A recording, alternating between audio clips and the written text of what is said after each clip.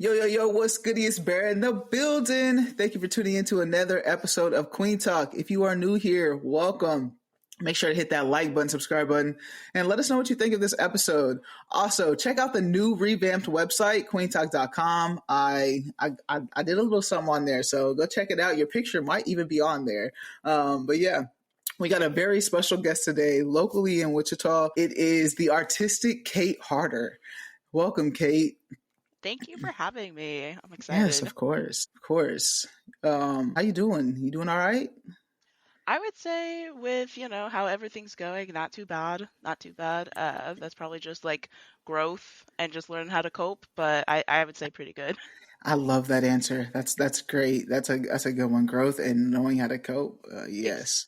Well, because like you don't want to do like a whole like, oh, everything's fine. What are you talking about? Like we Mm-hmm. need to acknowledge what's going on, but also like I'm not gonna be out here spiraling. That was years ago. Yes. Yes. Yes. No, that's a great answer. If you want to just give let the audience know just your pronouns and how you identify in the community. Yeah, absolutely. So I particularly use like they them pronouns, but I'm also one of those people where like if you say something else, I usually don't like react. As far as like within our community, the queer community, I will typically say that I do just identify as queer, just because I do feel like I fall into multiple sections, like specific letters, and so it's just easier for me to just say queer instead of doing like all three or whatever. And then as far as racially, I'm going to identify as biracial, which is two or more races. And usually that satisfies whenever people ask me. You said usually that satisfies. Um, Usually, if you're just like, yeah, I'm biracial, most of the time people are fine. You do get those people that are like, oh, well, which races? And it's like, I mean, we can go from there, but at that point, they're just like, it's the morbid curiosity more for them. yeah. Yeah, well, I'm a nosy person, so we're gonna get into it Yeah, on we're Queen gonna get Talk. into it. Yeah. We're gonna get into it on Queen Talk. That's one thing about me. Like, I'm kind of like a nosy person. I have to like watch myself too. Sometimes I'm like, yeah, not everyone wants to like disclose everything, but I I mean, on my 9 to 5, no, I don't want to go into my family heritage. Like, it's kind of like, right, is it yeah. is it cash or card? Like, ma'am, this is a Wendy's. For real though, no, I Yeah. get that 100%. I get that 100%. Have you always been raised in Wichita? Like, has Wichita where you grew up in? Essentially, yes. If we need to go into the nitty-gritty, like there was a good portion where I was living in Andover, but like I feel like if someone from, California, New Jersey or something like that, Wichita, like that's essentially how I explain it. Like I was born in Newton, and like as a very tiny, tiny baby, that's where I lived. Oh But it's man, like so did you hear the fairly news in local. Newton? Did you hear the news in Newton, like the stuff lately with I think I've been hearing like people, because where I work, there are some people that kind of come from that area, so I've definitely heard like some whisperings. It's been yeah, like in passing, but I've heard like something that obviously uh, has been going on. yeah. Well, shout out Bethel College because they're doing a drag show there, and what they do it for, Really, yeah, right, at Bethel that's College. so crazy to hear. Yeah, and they do it. They do it every year, I guess. But this year they put it on Facebook as an event, and when you do that, like Oh, it's to the public. Then the haters seen it. They try to yeah. protest, but there's a lot of people like there in support. So it was That's nice to see, and it's nice to see that Bethel College. it's some form of Yeah, private. So yeah, it's a religious you school of some sort, though. yeah, so that's insane. Yeah, I mean, but like good for them. I think that's if anything, I know like we hear a lot about, there's a lot of headlines that I think make a lot of people scared, but I feel like something like that, especially in a town like that, for a yeah, college like that, that's right. super encouraging, I think. Exactly. Yeah, exactly. So it just shows like we're still going to show the representation. We're still going to be out here. Exactly. We're going to be visible. Like there are places for us still. Yeah. Um, yeah. And so you said Did you Newton, but Wichita is like home for you. Where'd you go Yes. to school out here? So I a lot. So Okay. Elementary school was through the Wichita School Districts. I started like in Minnehaha. Uh, the For various reasons, our family then moved us out to the Circle District, which, for those who don't Mm. know, that one, I believe it's like one of the largest school districts based on the land that it covers, as far as like Circle? students that, yeah, Circle Towanda, like, because you have Tawanda? Towanda for the high school, then you have Benton for the middle school, and then you have students. There's one school that like is essentially in El Dorado, and then like Yeah, Oil Hill. 2012, yeah, that's the one. And then in there's one that's in Wichita, Greenwich, that was like established in 2012-ish. And I so never knew that. because of all of those places, technically like the most do like it just covers most of the land. So it's not Yeah, the that biggest makes sense. school, it Right. just covers the most. Yeah. I So they I were our rivals. Oh yeah, which El school did you Dorado. go to? El El Dorado. Yep, Dorado. that makes sense. Yeah. So that was all the way until my senior year, and then my senior year I finished out in at Andover High School. Okay. So those schools that you went to, I like so Circle, um, it's predominantly a white school. So how was your experience there? It was That's definitely like when it comes to like talking about my impact of like growth and like racial identity, like a lot of those stories come from there. Um, because it is a predominantly white school, and the older, like, once I got to high school in Towanda, I think that was like where most of the struggle was. I mean, you got people slinging racial slurs. um, there was uh there was one time it was very impactful for me. It was my freshman year of high school. It was the first football game, home game. And of course, there's always, those themes that the student section always tries to participate in. And so this first one was whiteout. And then I remember as we're all coming back from lunch, this one guy, he's talking about what he's going to wear. He's like, yeah, I'm going to do like this, and this, or I'll just wear like a KKK uniform. Everyone else in the classroom was just like, why did you say that? Like, what the heck? And so they were, and like people were all looking at me because I Mm. was the only person of color in this room, and he felt like embarrassed at that time, as he should. Mm. Um, but yeah, I mean, it was something that I actually brought up because I met him like years after that, Oh, like, so. And I was just like, yeah, I remember you. I remember when you had said that. And he was super embarrassed. jeez. Yeah. Oh my gosh. My head was like, man, I wonder if you looked him up on Facebook right now. I was like, I wonder if he has like a Make America Great Again freaking I profile picture. I would wager so. I mean, it's hard to tell with that family specifically. I would put my money on yes, just Well, I'm because glad like, you called him out on it years later. Like that's good on you. And I'm sorry that yeah. was your experience because like I know what it's like. We like I said, they're our rivals. So Yeah. and also just like within the towns, like we'd show up at parties or something. So I already Mm. know like how they perceive to be, and like I've got some stuff said to me too, but um, they got repercussions when they said something to me Oh yeah, or anyone good. around me. But you in that environment, you can't do that. So you gotta just like what do What do you you do? But do exactly? when Because it's you like it's no, it's a really good question, and it's something that I even think about to this day. But it's like anytime I think, it's like, well, I'm gonna like either get like smart back with them or something like that. It's like, but they had guns, and that was not a secret. Some of them literally would have like their hunting guns in their truck. I think someone had like gotten in trouble because police were trying to school police were trying to find a separate type of issue, and then someone like they found all these people's guns that were just in their truck. So it's like you really can't. It's definitely, you feel the need to be in a constant fight or flight almost, but like the answer has to be flight. Yeah, I used you like that happens even today. Like, yes, this was in high school, the scenario that we're talking about, but even Right. today, like the microaggressions that you might hear, whether it's at Mm, work or just like out, and you want to say something, but sometimes like I even just like not this one. Like I'm just gonna. It's right.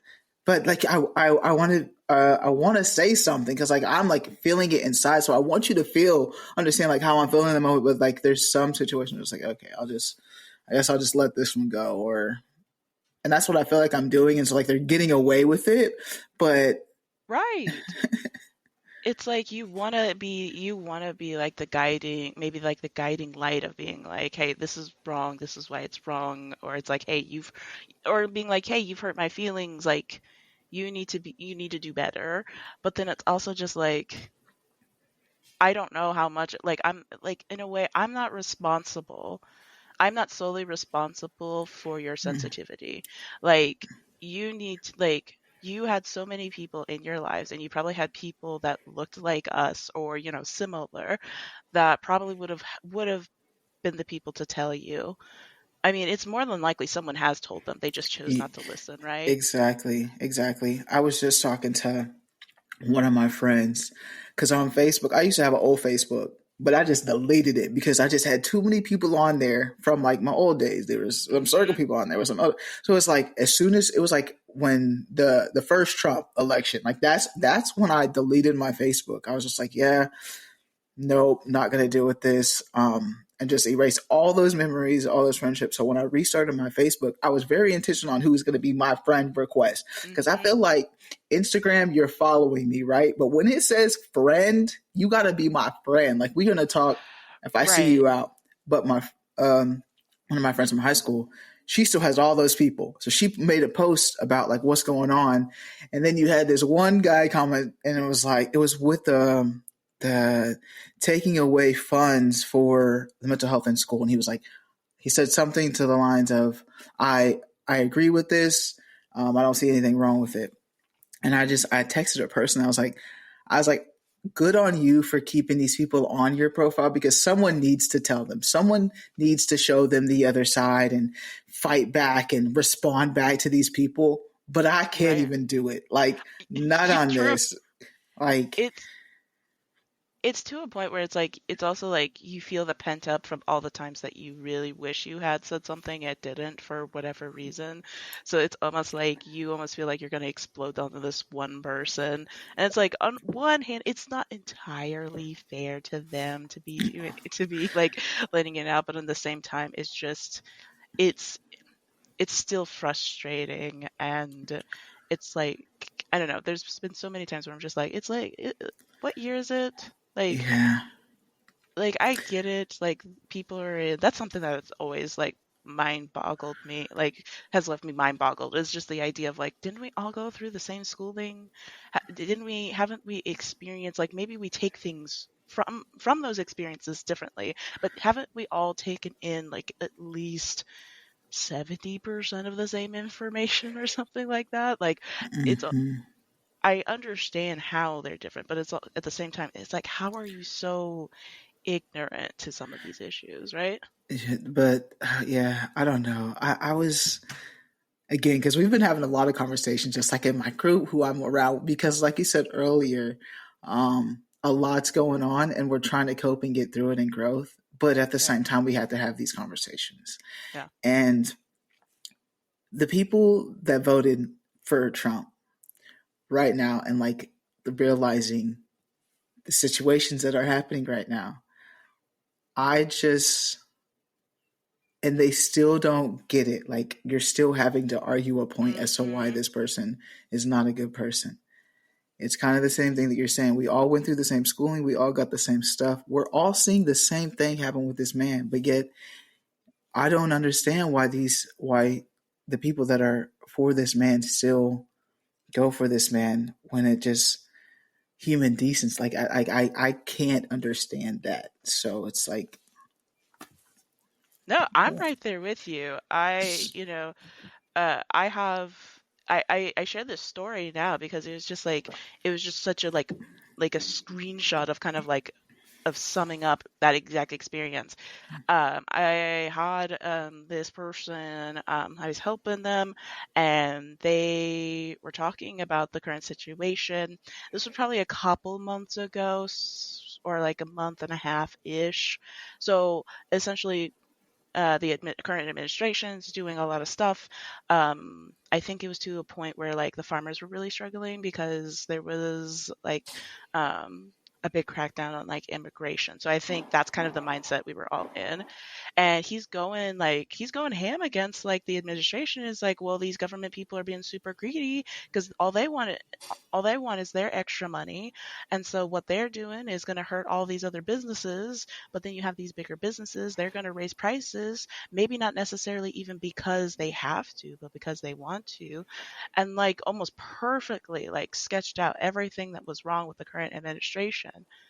Um, but meanwhile, he was all doing this with like a God, guns, and Trump hat on. And so, Right. and so he walks It- out, and we're just like, you were literally like this close. You were like standing on top of the answer, and you're still just like, and like it just wasn't quite getting it. yeah, I I voted. I did my part. I'm continuing to do my part with spreading awareness of this community, and I'm trying to find other ways to like just encourage my friends to like vote for local, like, and stuff like that too, because like now it's what needed. And so yeah, It really it's a lot. matters. Yeah, it really does.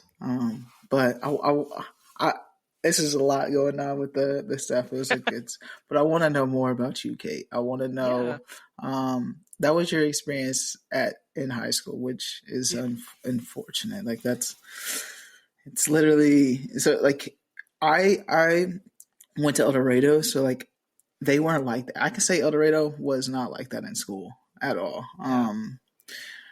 Now, I'm not saying that there wasn't people that were, but not near as close as it was to Circle. Yeah. Um, and so you said you went to Andover afterwards. hmm And was that like a better experience for you there, or was it pretty much the same? With it only being like 1 year, like there's only so much you can judge on it, but it was exponentially better. Good. Um, there like I to be quite honest, like that at that point, my mental health was very, very low. Like, I tried to think. There are very, very few moments of my senior year that I do remember. But I can say with certainty there was not a lot of like racially charged incidents. Um, Good. there was one where like I had this moment where it's just like I was frustrated. I was frustrated at like the school like newspaper to a point where I went to the journalist teacher to be like I was irked for probably a little bit of no reason. Because it was like going over a survey of how much people spend on their hair products. And so it only had it divided by men and women. And then I was like, I was just frustrated because I was just like, I probably spend more, though, like more than the average, let's say, like woman, at the time, because it's like my two products cost anywhere from $30 to $40. And we're talking just shampoo and conditioner. We're not talking about anything else at this point. It's like, it costs a lot. And so I was frustrated and I went and I was like, hey, this doesn't fully like break down all demographics, because if you did, you would see that some people have to pay exponentially more for the type of products just based on their race.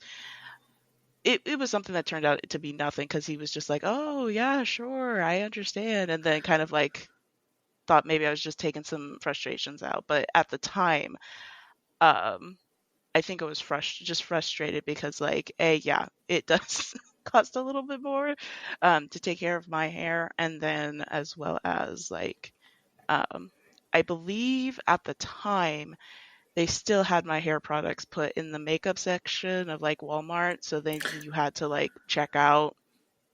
So then they Yeah. didn't think you were stealing. Yeah. But no, I think that's a good point though. Just like, yeah, you might have came through it to approach the situation out of frustration.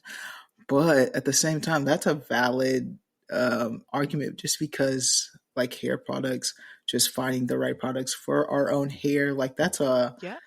learning that process, like it is.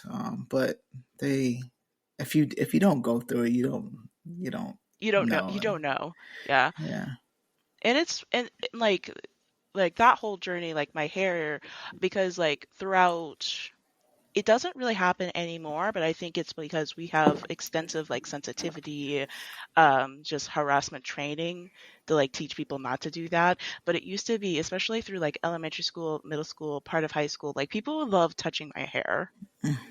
And like I like even teachers, I remember distinctly there was one time I had I had a teacher, like we're sitting at an assembly and I just so happened to be by her and she just starts touching like the baby hairs that were like on the back of my head.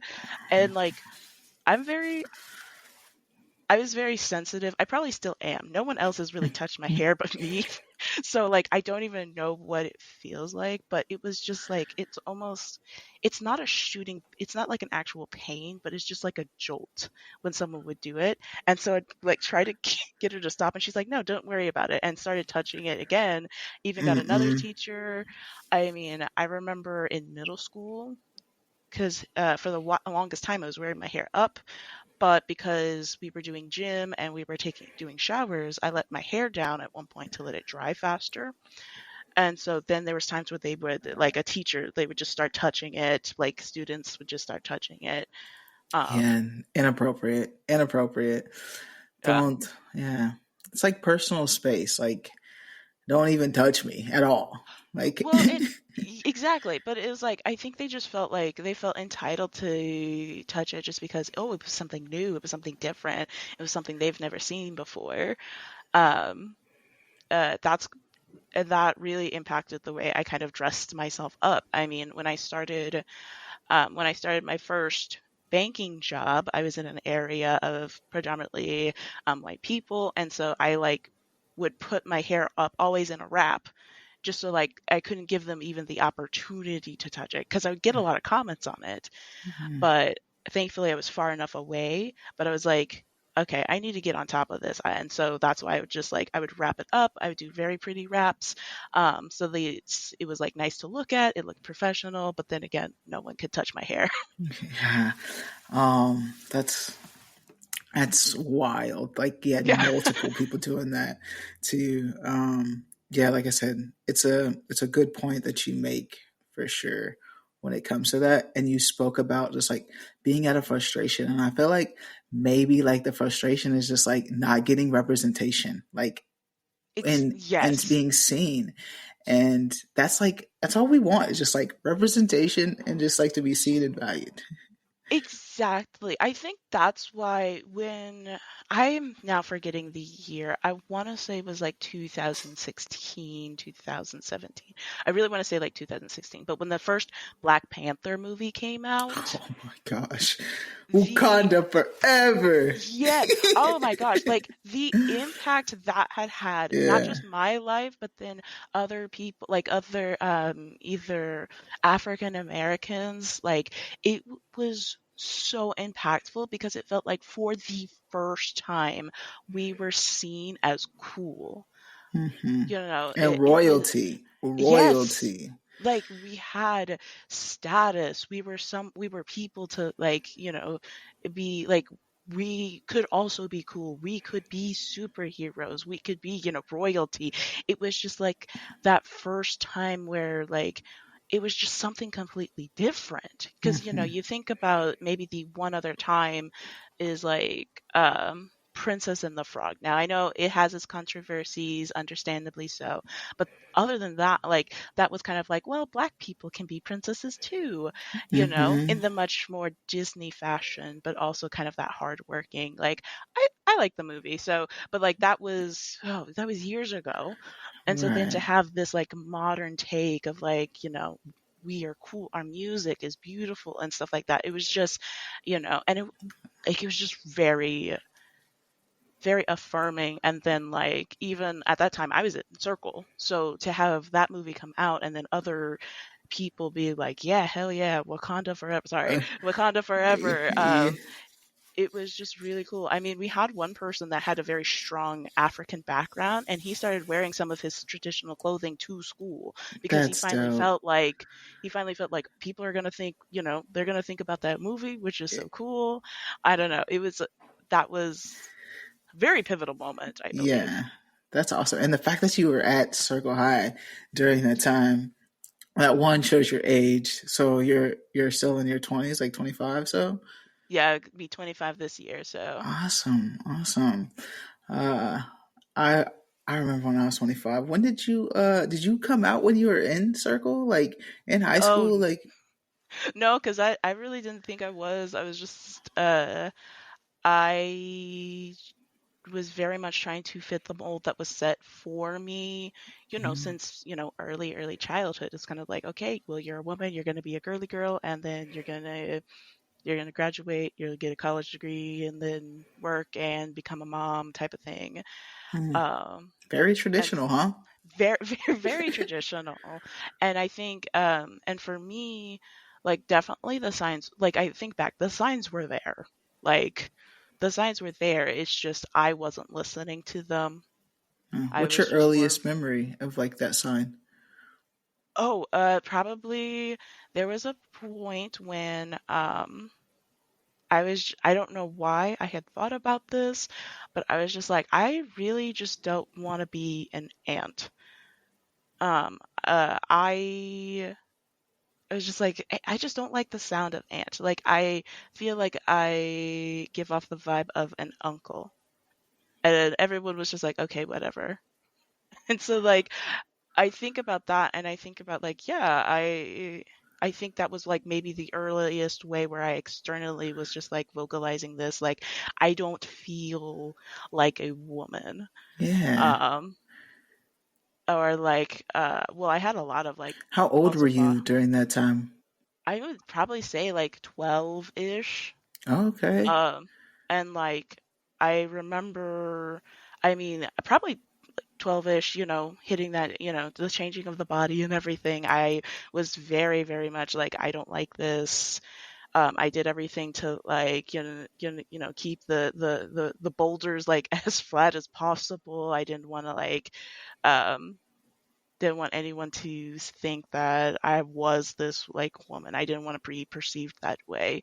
Um, I mean, very early on, even before that, I didn't like wearing dresses. I didn't like how they made me feel. Um, it just didn't felt like me. And Hmm. so, um, I think there are still pictures of me like with dresses, and like every time I look at them now, I'm just like, I was really trying to be someone I was not. Yeah, for sure. I've been there, done that. Yeah. Trying to fit that mold, like you said, of who they want you to be. And that's a early member. Like 12 is like when you felt like, okay, that's interesting. I don't I want to be uncle. So, and then like the earliest memory that you said, that was a young age that you felt Yeah. that way. And I believe that's kind of the typical kind of turning point, but like also every like I believe in psychology. Now, I mean, I might be pulling this out of nowhere, but like a lot of people are like, well, it's change, and so naturally if you're going through puberty, you're going to have that initial setback, but then you're going to come into it and you're going to like flourish. And then that just never happened to me. There was a lot of things where people are like, you're going to feel weird about it now, but later you're going to be just fine. And then that never, never happened. Yeah. And so when did you like say that okay, I'm queer? Like did you express that to your family or friends? Like was there a comfort that when was that comfort for you to like tell someone that? I think when it just became clear of like, oh, I guess I do resonate with this. Definitely, I was out of high school. I was in college. Um, and I think because they were putting us through like all that, like diversity, equity, and inclusion training and stuff like that, and just kind of like When you went to also, college they did that? Oh my gosh, yes. There's a freshman orientation where they force you to go. It's like randomly during the summer before you're actually like in classes. And so they go over a lot of different stuff. Like they go over like just campus safety, a lot of like extracurriculars that you could be part of, but there was like a whole section going over like diversity. Did you stay at the dorms? No. Oh, Uh, I wonder if that was like a mandatory thing or something that it was. yes, they definitely said they're like, well, and I remember you had to pay for it too. Oh I want to gosh. say it had to be paid for too, because it's Mm, like, well, you get this book for free, and it's like, well, no, I paid for the book. mm. Stop saying that I did this for free. But I'm pretty sure, like, I'm assuming it's similar to like, with your job, there like certain jobs they have annual trainings, courses that you have to go through to like be in compliance as an employee. I'm assuming they have to do something like that for like freshmen, and then they have like, because like I'm pretty sure they still have like anti-harassment like online surveys that you still have to take every year as a student. So my assumption is That that they yeah just turned it to one like big seminar. yeah that makes sense because especially since you said freshman, like yeah, knowing the do's, the ins and the outs, yeah, that makes Hmm. sense. But so in at WSU, like that's when you were comfortable and I think so because I was like because I didn't necessarily was greatly exposed to the community. Obviously, it was just the school that I went to, for the majority of my primary education. But like I was always supportive of it. I mean, they were few and far between, but we had like openly gay and openly queer people at Circle. hmm, Um, so, and it's like I mean, we weren't necessarily friends, but it's like I was a safe space for them. Like they didn't have to worry about anything with me, right? yeah, yeah, I mean, I was in theater, so like that's so like obvious, like not to be stereotypical, but we were a safe space. yeah. Um, but and so once I got to college, there was a lot more of like, areas specifically made for these communities. And it was just a little bit more education around, what does it mean to be a part of the LGBTQIA plus community? I mean, at the time, I feel like there was just in general a larger movement of just getting that visibility and doing it on the Hmm. campuses for people. So I think once I finally had that time to just kind of sit and think, not just what I wanted to do with my life, but just how I identify, I think it just came naturally where it's just like, okay, yeah, I'm not what everyone thought or everyone told me to be. I'm actually this. And then there came a point where like it was just a series of me sitting down and asking myself, okay, how do I feel? Like and then realizing, oh, I feel like this, and then it turning out like, oh, I do identify with this. Um, and that's with everything, like how I identify via my gender, my orientation. I that's just it was literally just me sitting down and then just realizing, oh, I'm just this, and then I was okay with it. Yeah, and you mentioned you said at the beginning you were just like I identify as queer, and versus saying like I think you said three. Yeah. Oh, yeah, yeah, yeah. What what do you mean by like those three that you mentioned? So I definitely identify myself like in the gender sphere, I definitely see myself as much more internally, much more masculine. And that's something that I would like to eventually like have it externally represent. But I don't think I would fully put myself as like I just want to fully transition to be just a man, only a man. There are some moments where I do kind of incorporate maybe a more femininity side. So I kind of bounce between, okay, so we're probably looking at like transgender, um, I used to be like just say like just non-binary. So I feel like I'm probably a mix of the two depending on who I'm talking to. Because I feel like even within the community, I guess we'll have this conversation of kind of like, you know, I to some people I might be fulfilled in the transgender role, and then other people are going to say no, well, you're just non-binary or something like that. So I kind of go Hmm. like, well, technically to the definitions, I fall within both of those.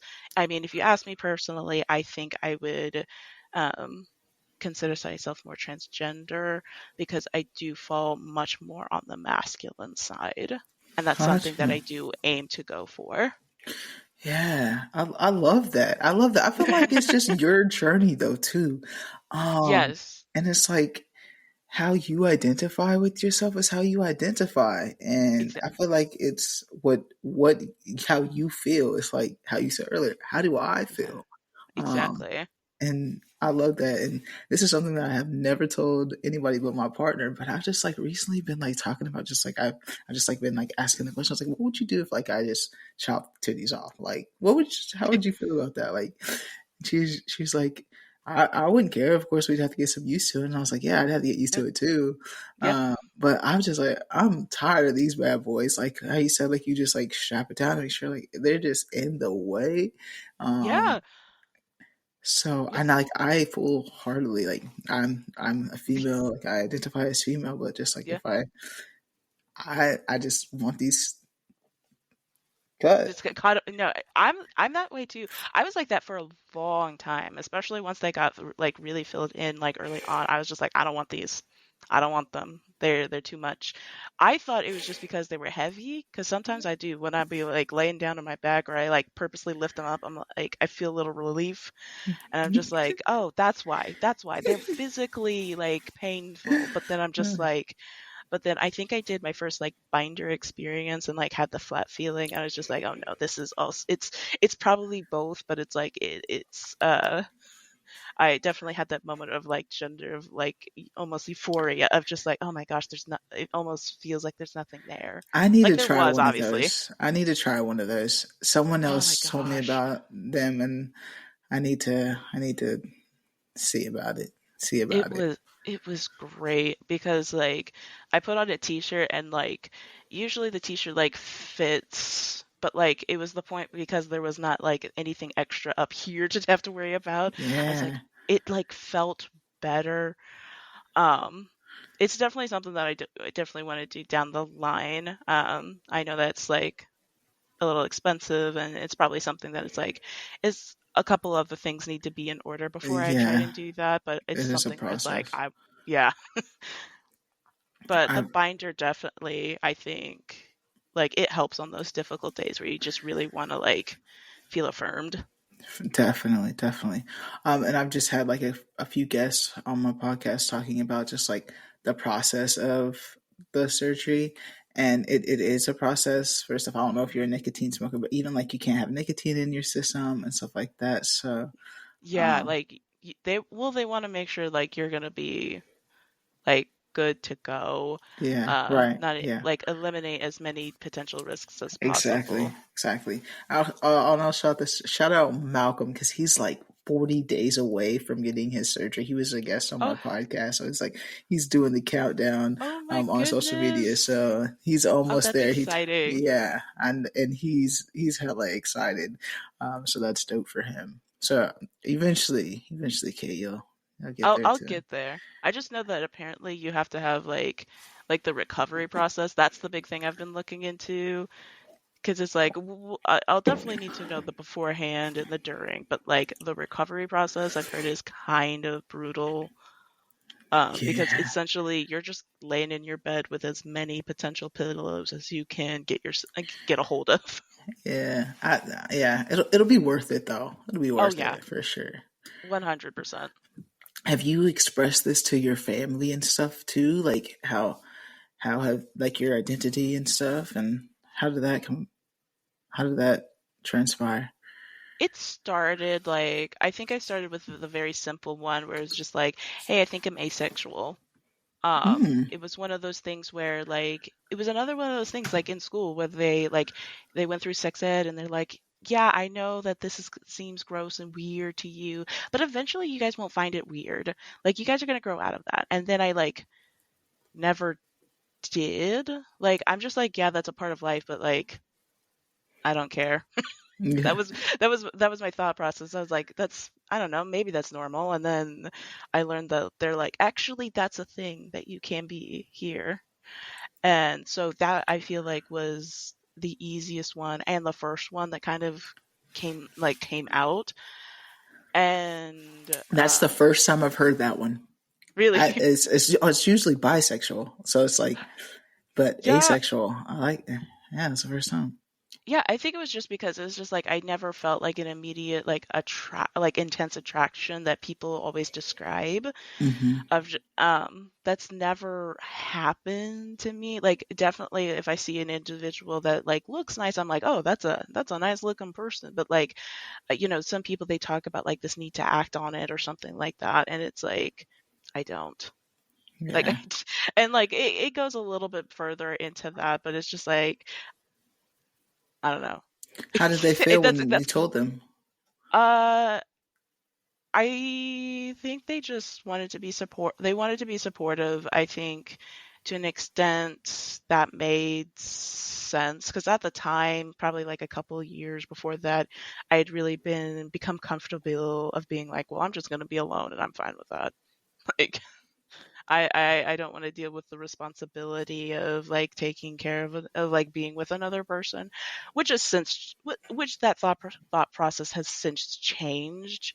Um, because I'm just much more comfortable of who I am with a person. So like that idea of like being with having a partner has opened up dramatically since then. So I want to say for the most part, I think they just were supportive that I was finding something that made me comfortable as far as my identity. I think I did said I was just kind of like a non-binary was like the next thing. They were my immediate family for the most part was supportive, but then they're like, but we're not telling grandparents or anything like that. Mm. So like to this day, my grandparents just think I'm just like a cis straight woman that's looking for a man or that's looking for a man to eventually become to get married and like have kids and stuff like that. That's kind of their idea of Mm. who I am. And then like I feel like nowadays, because it's like I don't owe people an explanation or an update as to who I am. I'm just me, and I know how I identify, and like they don't need to know every single detail of how I identify. So it's kind of I think that's kind of where it's been left at, and I think they are probably fine. There again, it's like as long as you're not purposely hurting anyone or anything, who cares? Yeah. Well, I mean, that's good that your parents were just like okay with it, but not the fact that they wanted to hide it. But um, That's the I think that's the only like if we had to take a point off, that's where I'm kind of like, yeah, it just shows like they're not fully comfortable, or maybe I don't want to speak like that, but it just feels, I'll say feels like it would be like they're not fully comfortable with who you are to be able to like be excited for you and share that.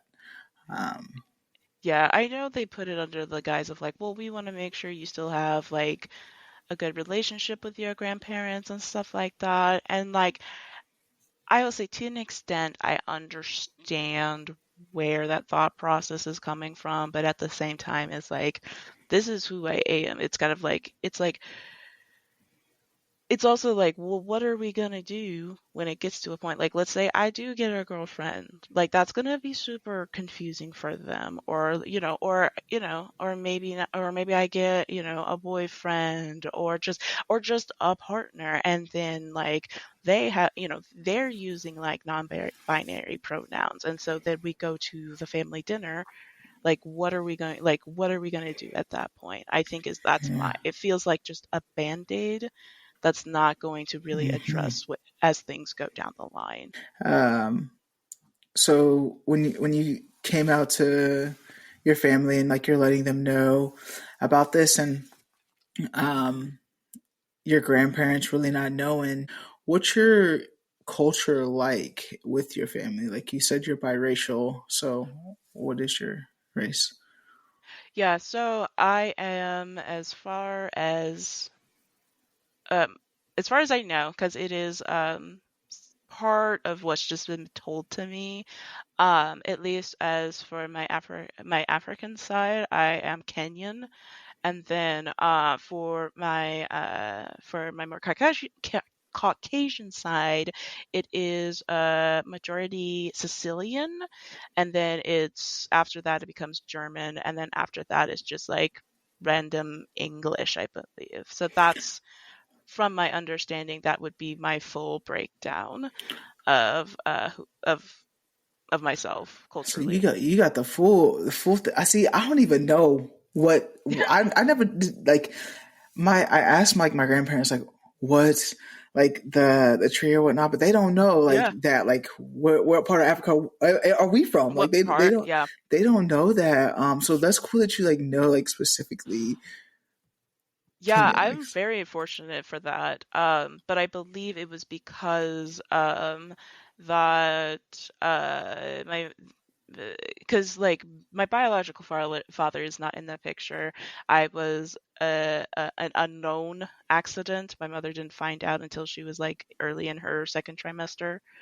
Um, so I guess that relationship was already like gone at the point. So, but I believe that individual had a very strong like he was like I always say like fresh from Kenya type of thing. Like he was living here, but like he still had family living in Kenya type of thing. That's what's been told to me. Um, so so, you said you're Caucasian. So is your mom white or yes, okay? my whole family is because I have two half siblings, like my grandparents. At least on my mom's side, they're both they're like my grandfather. He's like 100% Sicilian that we found out a couple of years ago, and then my grandmother is the one that has the majority German as well as like the small bit of English. Okay. So you grew up around just white people then, like I did. your I fam. did. Yeah. Okay. And oh God, how was I that like? How is that like for you?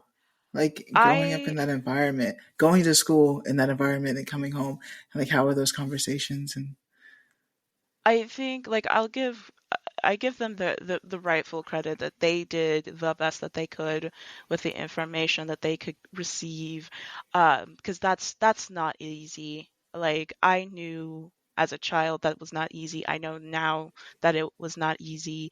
That is a very difficult thing to have to go through, and I know for them it was probably difficult of like also just like knowing like how do we support like in those very specific situations.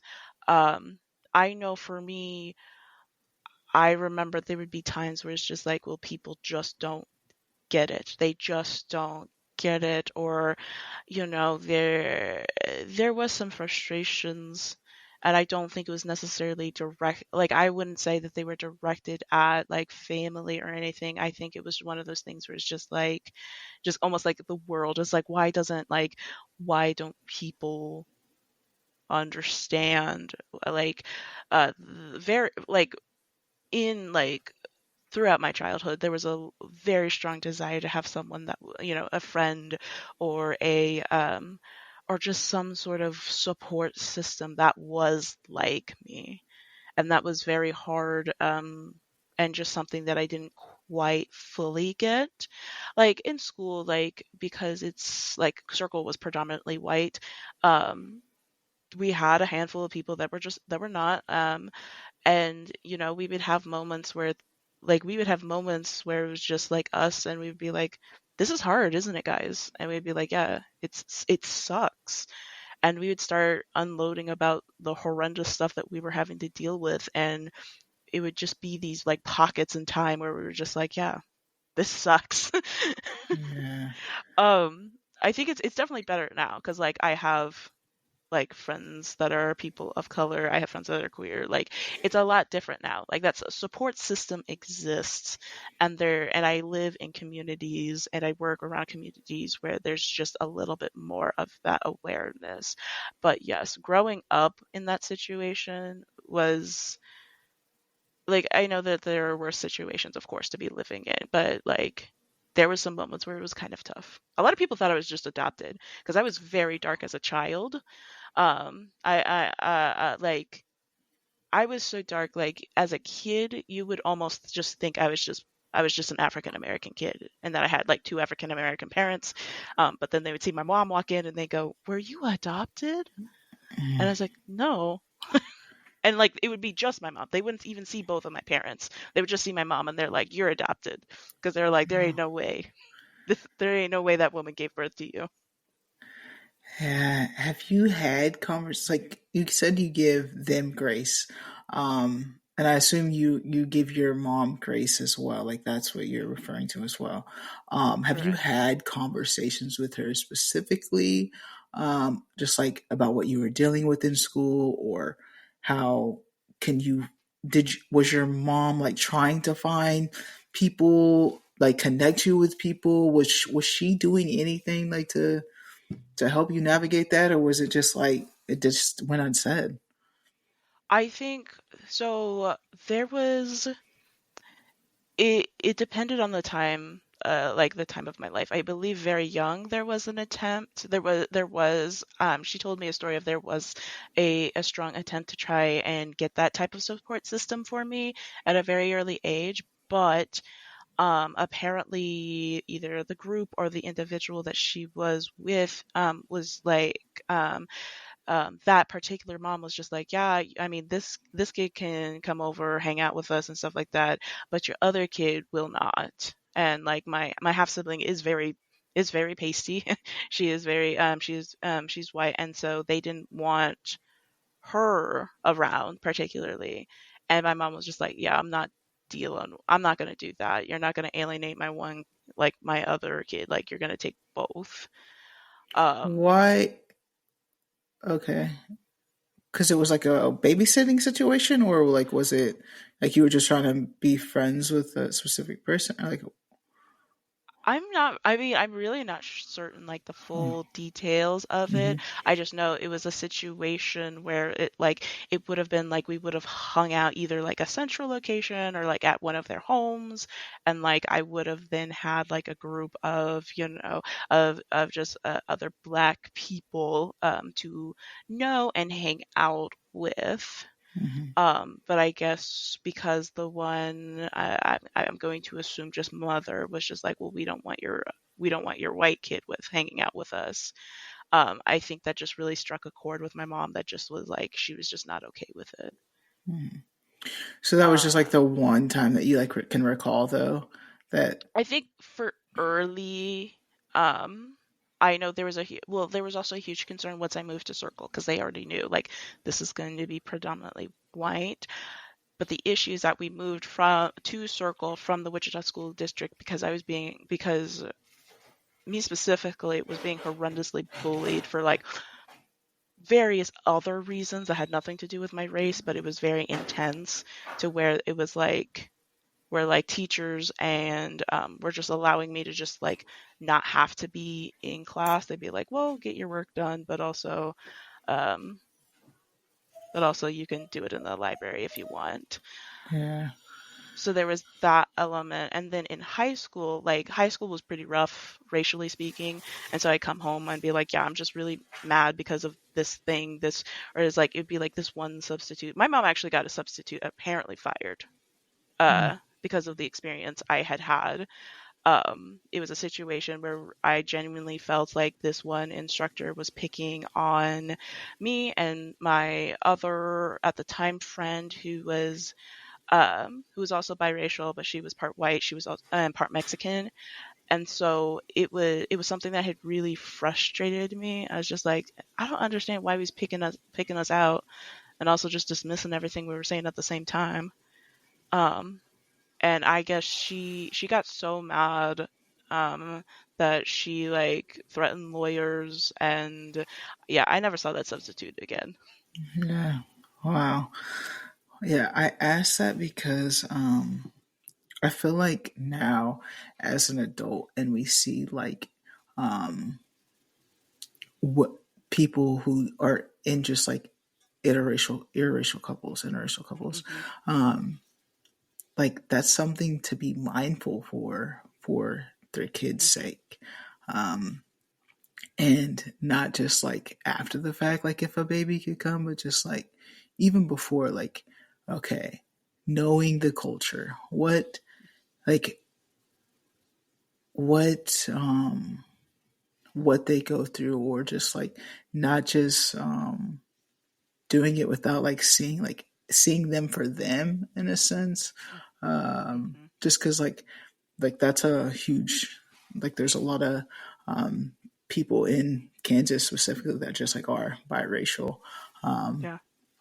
and so I think it's a good thing to talk about, just like with parents understanding just like their child, like you obviously had to deal with a lot on your own, um Hmm. growing up, and having to navigate that and just like figure out your place and like your space, and just wanted like that representation, wanting that Yeah. representation and wanting to be seen, um, and not getting that at school, not getting that at home. Hmm. And that can be difficult to navigate. Um, and Yeah. again, like for me, like I didn't have that experience just like at home. It was just only at school. So I can, like, it was hard for me already just being at school. Um, so I'm just like picturing just like, and like I just know like it was really difficult to do. So Yeah. goodness, I and I mean, I'm here, so, and I think I am a stronger person because of it. Uh, um, but yeah, I think it is important to always look back and say and go, and be willing to say like, wow, that was messed up, because I think that shows that it shows a certain type of mental growth. But like there can also be a sense of closure of you going like, um, hey, this was my, ABC was really like that shouldn't have been a thing. I mean, like students should not have been able to say the N word and not be punished for it. Like to me, uh, they should not have gone unpunished for that. But because I'm able to sit here and say that and be like, hey, that was an injustice, in a way, there is a decent amount of closure for me of being like, well, they were just wrong. yeah, um I'm valid, and I'm valid for feeling the way that I was valid at that time. definitely, definitely. Thank you for sharing that. That and yeah, another like I'm just there's like a lot of things that like I have questions for and stuff like that, but I think that has to be like a different Queen Talk segment It um, might have to be, yeah. on that specifically. But I thank you for sharing. And Yeah, I mean, that is just such that was well, that was a huge part before like being like really going into my queer identity, because it's like, well, they didn't know the queer identity, but you just have to have eyes that work to to kind of know what my racial, like I have a racial experience, right? um but I think yeah, yeah. Um, and are you pretty close with your parents and stuff too, or? I would say it's definitely drifted as time has gone by. Hmm.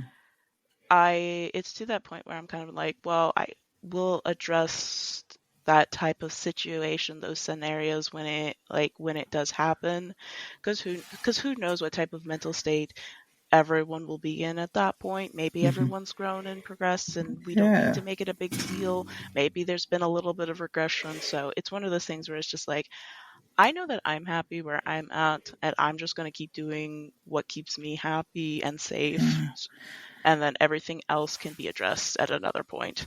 yeah. I love that.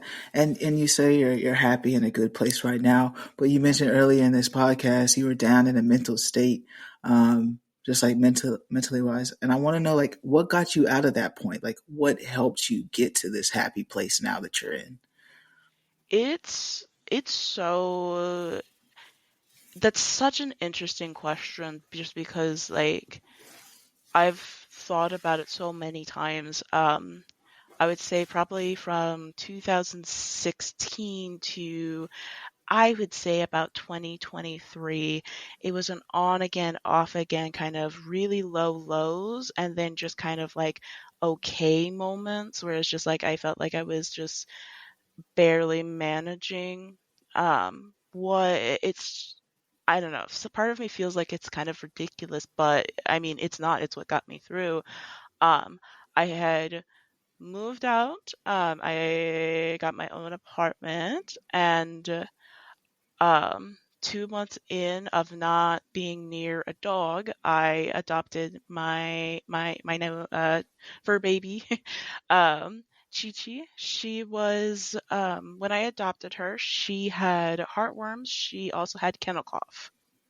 Hmm. Um, which I do not recommend for first time for first time like dog owners. Like if you're owning a dog for the first time by yourself, do the research, try and get a like a breed. I recommend try to get a breed that you can research consistently, and maybe not like a mutt where you're talking about maybe a roulette of medical issues or something like that.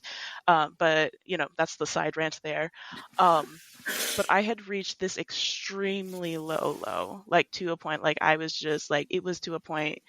It was the strongest that in like the longest time where I was just like it's just time to end it all.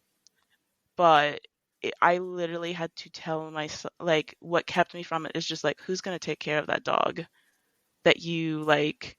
I mean, there was a strong force, like, otherworldly type of thing that was telling me that I had to get this particular dog.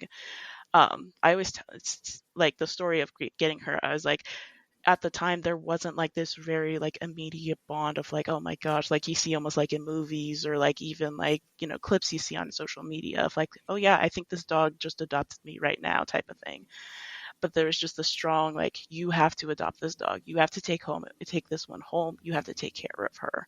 And so I did, and because of that, when I was at that low point and my brain's going who's going to take care of that animal if you go, who is like that dog is not going to be taken care of because like my family's not going to take wasn't going to be able to take her in due to them having other dogs that just don't play well with other dogs. Hmm. And so so that was like this weird like I needed to reach out, I needed to get help, and I needed to be willing to work on myself specifically so that this dog could become better. And that was just the starting point of me getting myself fixed up and going to therapy regularly, um, and just working through things. And then also putting that any type of energy I could muster into help taking care of her. And from then on, it's been so much better. I Good. get stressed out, but I don't think it's the end of the world. It's like like my ability to manage stress, my ability to also just enjoy myself. Like it is like I think it's like it's almost insane to think like just how different. Like I feel like I'm living in a different world almost. Like even with the stuff like, this new administration cycle, like is it stressful? Absolutely. Can I spiral for a moment? Yes, but it's literally just a moment and I'm just like, well, I can't control about this. Yeah. Are we going to panic over something I can't currently control right now? Absolutely not. Let's put our energy towards something I can control or something like that. Yeah. Thank God for Chi Chi.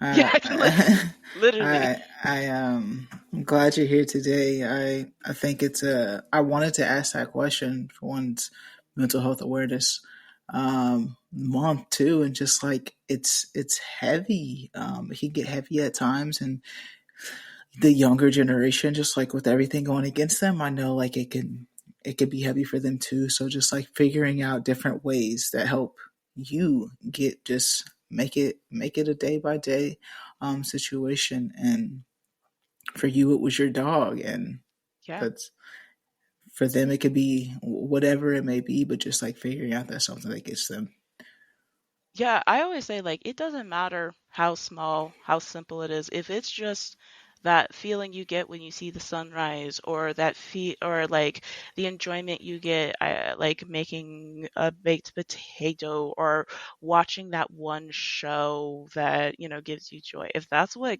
keeps you going, then that's what keeps you going. There's never a judgment on that.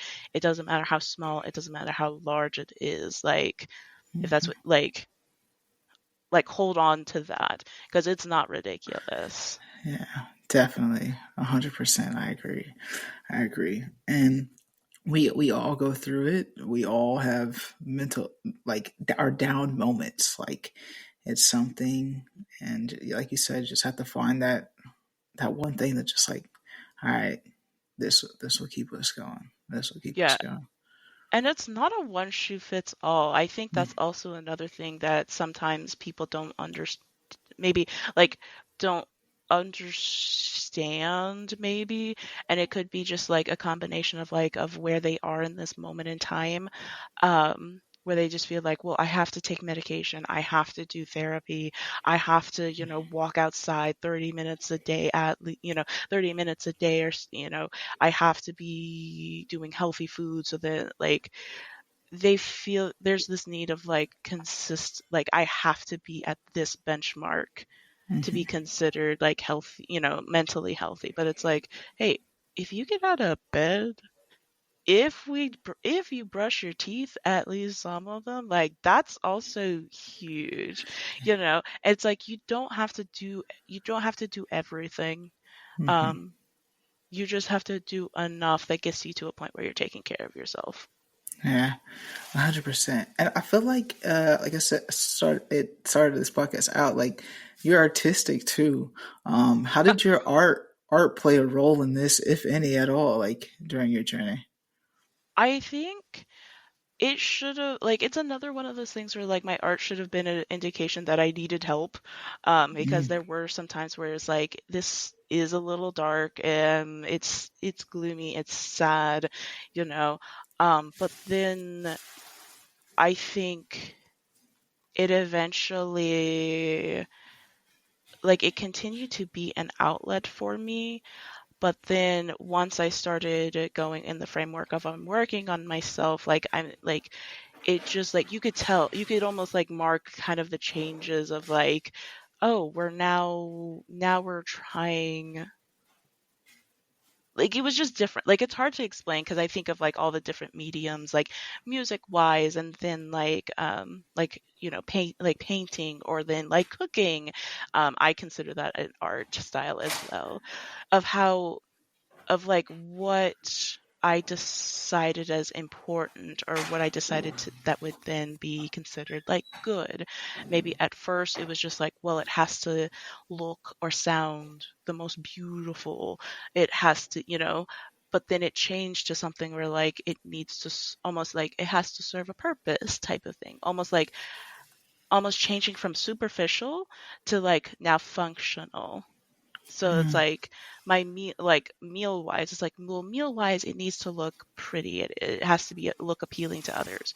Now I'm just like, hey, look is great, but also like, what type of flavor journey am I going into? I don't know. There's become a deeper passion of like actually creating art. Like when I'm creating a game, like what story am I trying to tell and how am I trying to tell it? Where it used to be more like, well, I don't know, let's just make a fun level game that has this type of style into it and it has to have XYZ, where it's like now it's just like I want to organically have something to share with people. And I hope that makes sense to all the artists out there or just people that are listening. It's just a very different mindset that I now have. yeah, I love it. I love the artistic. I feel like people that are artistic too, just like are like the creative side of things. You said like you make games and um, making it transpire into something that you're feeling, and you said you create games too. So like, do you Yeah. actually make games? I do. It's one of those, and I think that's one of my like favorite because like I at times when things aren't working out, like I usually take care of like designing the whole like I cr- I do the big designing of like, okay, this is what this game is, this is what it needs to do, this is what it needs to sound like, this is what it needs to look like. So I'll design it, and then I'll most of the time I'm usually helping with like the visuals or the audio production of it. And so I love like that type of medium because I like it's something that I allow myself to get angry at. And I think, it's kind of like, oh, this thing, like, oh my gosh, this thing, it doesn't quite sound right. I've been listening to the same like chord progression for like 5 hours. But it's like, but I'm not wanting to quit at it. It's just like it ignites this kind of like positive anger passion of just like of just like I have something in here, I have to get it out here. Um, I don't know. It's so much fun. I think everyone should try that at least once. Um, Create. Especially like, well, because like I do game jams, and game jams is like you create a demo of a game in like 48 to 72 hours. It's like creating some sort of product in a very short period of time. So much fun. I've As never long heard of as you're that. like, oh my goodness. It's like that's where I like really got into making games is because you got to test all your skills in a very short period of time. You get to work on teamwork because like sometimes you get to work with people you've never really met. It's such a great exercise, but then it's also like you can just have that opportunity to just throw those ideas out like like in a product, and then like you get to see like, oh, did this do well? Do I like it? Do I want to add more onto it? Or is it just one of those things where it's just like, okay, this was a fun little experimentation? And you can actually just like release a game too if it's good and you like it, and then people can play it. Or Yeah, it's one of those things where it's like, if, like, let's say you create the game and you're just like, wow, I'm really vibing with this. Let's take it back. Maybe let's fix what we already put out and then like work on getting a full game. I want to say there definitely have been some that have turned into full games. It's been a hot minute since I've really been in the sphere of like video games that have been in game jams that have turned into like full-fledged video games, because a lot of them turn out to be like indie games because it's like it's the same group, or like one to like five people that were in the game jam that then created the game. cool game jam. If you're a gamer, hey, you might want to check that out. Never heard of that though. And gamer, do you see like a lot of other black people in the gaming world that you're in? You know, sometimes it's hard to tell because like Uh, everyone, a lot of those people don't like showing their faces, myself oh, included. yeah, I Um, noticed that. I noticed that. yeah, I try to do my research. Like, yeah, yeah, I oh, could yeah, not find them. I could not. yeah, yeah. I think, I mean, that's from very past, of course, experience in high school and stuff like that. But, um, so like they're definitely out there. It's hard to find them. When you do, it's kind of like, oh my gosh, I didn't, it's almost like, oh my gosh, I didn't realize that we are out, like others are out there, right? Hmm. Um, but I think there's also kind of that pressure when there are so few of us of like, well, now I have to create something Mm, that like represents my culture. I will say I think it's grown, like the population has grown and been more diverse.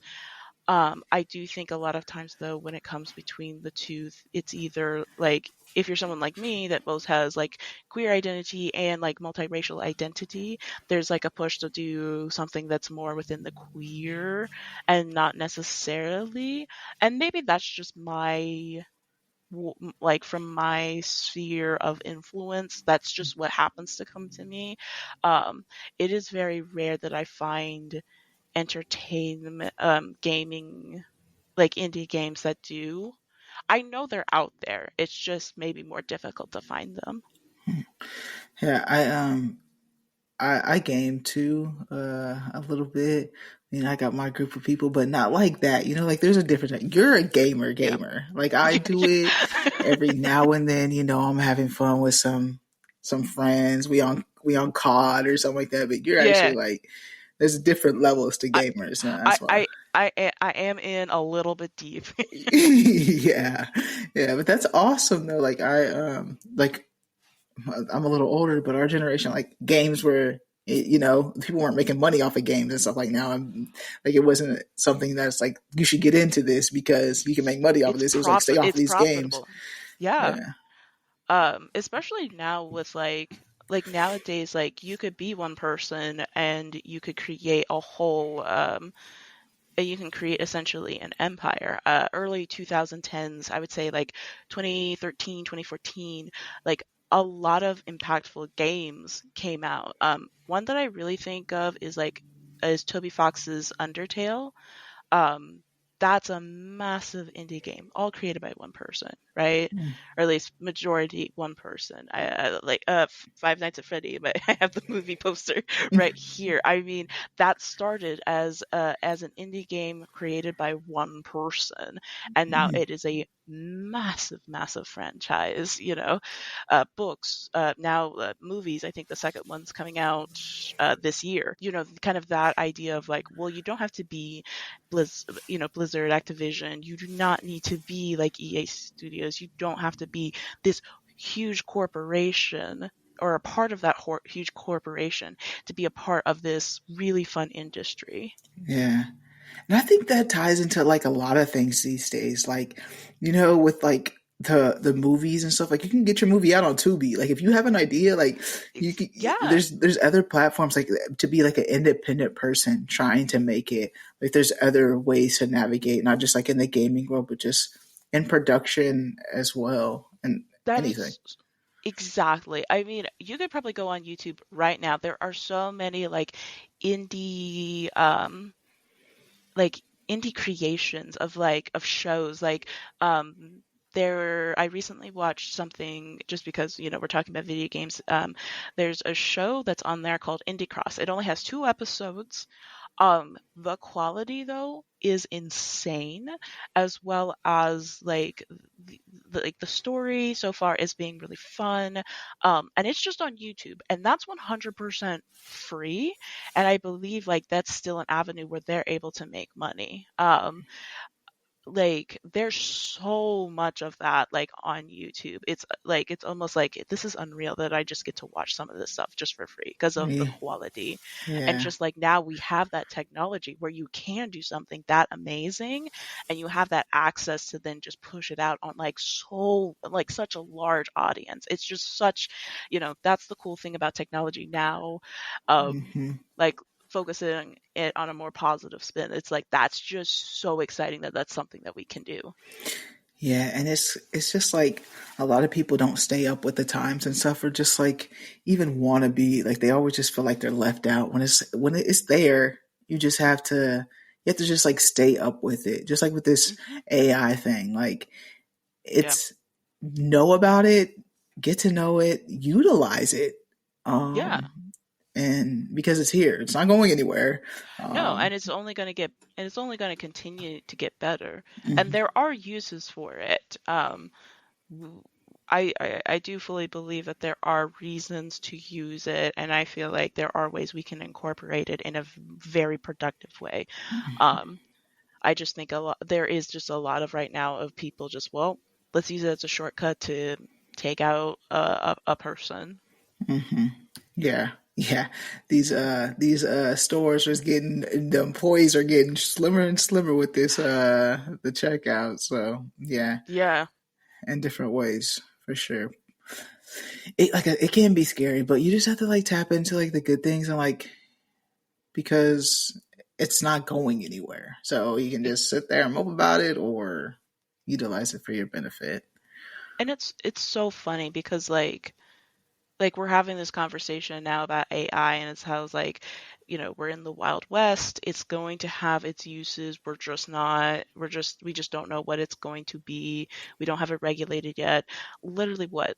2, 3-ish years ago, that's what people were talking about cryptocurrency. Now, cryptocurrency isn't still regulated, right? Hmm. Um, but it has now calmed down to where people are like, okay, let's try and like now it feels like there is this attempt to legitimize cryptocurrency. So maybe in the next few years we are going to see a lot of regulations and then people, using that. Right. Yeah. And probably before that we're probably talking about the use of cell phones, maybe, but Hmm. and then I mean Use of before that. internet, bro. Exactly, internet, like literally the internet. Like how many Hmm. stories out there do we know of like chat forums that were just going wild because it was just the internet. The idea of like monitoring was just not really there, like the wild wild west of the internet. And who like and there was probably talks about like the automation, like when they started doing automation in like the early, I want to say like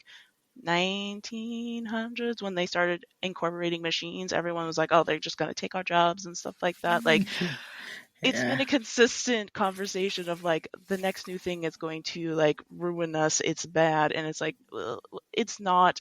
We're going to continue doing it, we just need to like, you know maybe rein it in a little bit, right? Definitely regulate some things. Mhm.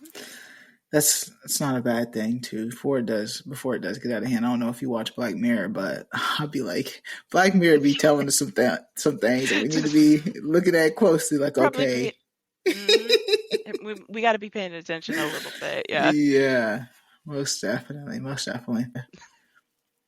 Thank you. This was a great conversation, and I feel like you can relate to people that haven't even like this is a whole new thing. That's why like everybody's story is so unique and different to their own.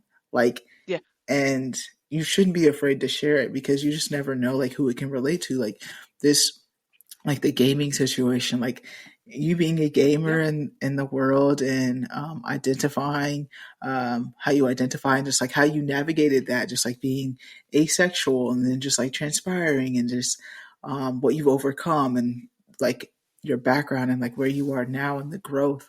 I think it can relate to a lot of people. And hopefully if those that are listening, if you're like struggling right now, just if you got anything out of this, just knowing, just like figure out that one thing for you and how that works for you. Because like Kay said, it's not one size fits all. So um, yeah, I thank you so much for being a part of this podcast and being vulnerable and Yeah. sharing your story. What would you like to leave the audience with though? Like, is there any final words that you like to leave the audience with? I think finding, even though it is a cliche, finding that joy in the small thing, no matter how small it is, goes miles. I think when, like, I know we have a lot of things that are going on in our lives, and um, maybe we feel pressure to fit a certain mold or hit certain milestones, whether it's like knowing what your identity is, or, feeling, again, like we were talking about earlier, having those benchmarks in your mental health. I mean, but if you find this one small thing, and as long as it's not hurting you or hurting others, like, I would say hold on to that, because you will be surprised on how far that's going to get you through. Always be willing to find new ways to grow, but like as long as you have that one thing, that's gonna be enough. And I think, um, even though it's like generic, in a way generic, I think you'll understand. I think you'll understand it once you get to a point where you're just like, wow, that really did actually help me get a long way through. If you know, Definitely. you know, type of thing. Yeah, definitely. Did you enjoy this podcast? Did you enjoy the conversation?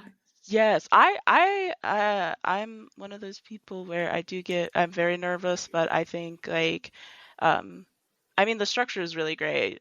Just a conversation really helps, but I really liked it. All right, good. I don't usually ask that like and put it out there, but I just like want other people to know like yeah, come on, share your story too. Like it is just like people get scared Yeah, like, oh, I don't have nothing to say, or but it's just like you got something right. to say. You do have something to say, and maybe it's going to change how you would say it maybe today or tomorrow or even the day before. I mean, that was something like I think I shared it to you when you had approached me. I was like, yeah, my friend told me that I should probably reach out and do it, but I was like, ah, no one wants to hear my story. What are you talking about? Exactly. But That's it's why I like, brought it up. exactly. But it's like, as long as there's like, because like the likely, as long as it can change at least one person, I think there'll be people that at least a group of people that may resonate with the story. But if there's like at least one person that feels impacted in a way, that's enough for me. That's all I'm looking for, right? Exactly, exactly. That's what I said, like here on Queen Talk too. Like if just like one listener comes across on YouTube and is just like typing up, trying to find them and something to representation like this, and you've been searching for that representation for yourself, just like Mhm. throughout your life, and that's what I'm trying to bring for others because I didn't have that growing up myself. So that's why Queen Mhm. Talk was created because I'm trying to find people that look like me, identify, Mhm. and feel the same things I feel, and resonate with me. So that's why Exactly. I do this. And so yeah, like you said, just one person just needs to be able to hear this and connect. So thank you again, Kate, for being vulnerable, opening up, and sharing your story for the whole world to hear, like and be seen. Yeah, I know. Yeah. I know. Thank you. Well, thank you so much for having me. Again, this has been um very very easy and very enjoyable. So yeah, thank you. I'm super happy to have done Oh, this. awesome. Awesome. Thank you guys for listening and tuning in to this episode again. Remember to hit that like button, subscribe button, and leave a comment. Let us know what you think of this episode. I'm curious, how many people have gotten their hair touched? That's what I'm curious about too. Like, Yeah. is that a thing for just like all of us or what? Like, I could definitely relate to that. It's so annoying. Stop touching people's hair. It's not a thing that you should do. Yeah. Um, but yeah, make sure to check out also queentalk.com. Look at the revamp. It's a pretty website. And like I said, your picture might be on there. Check it out. Check out that. Check out the merch. But as always, family, friends, strangers, love and be nice.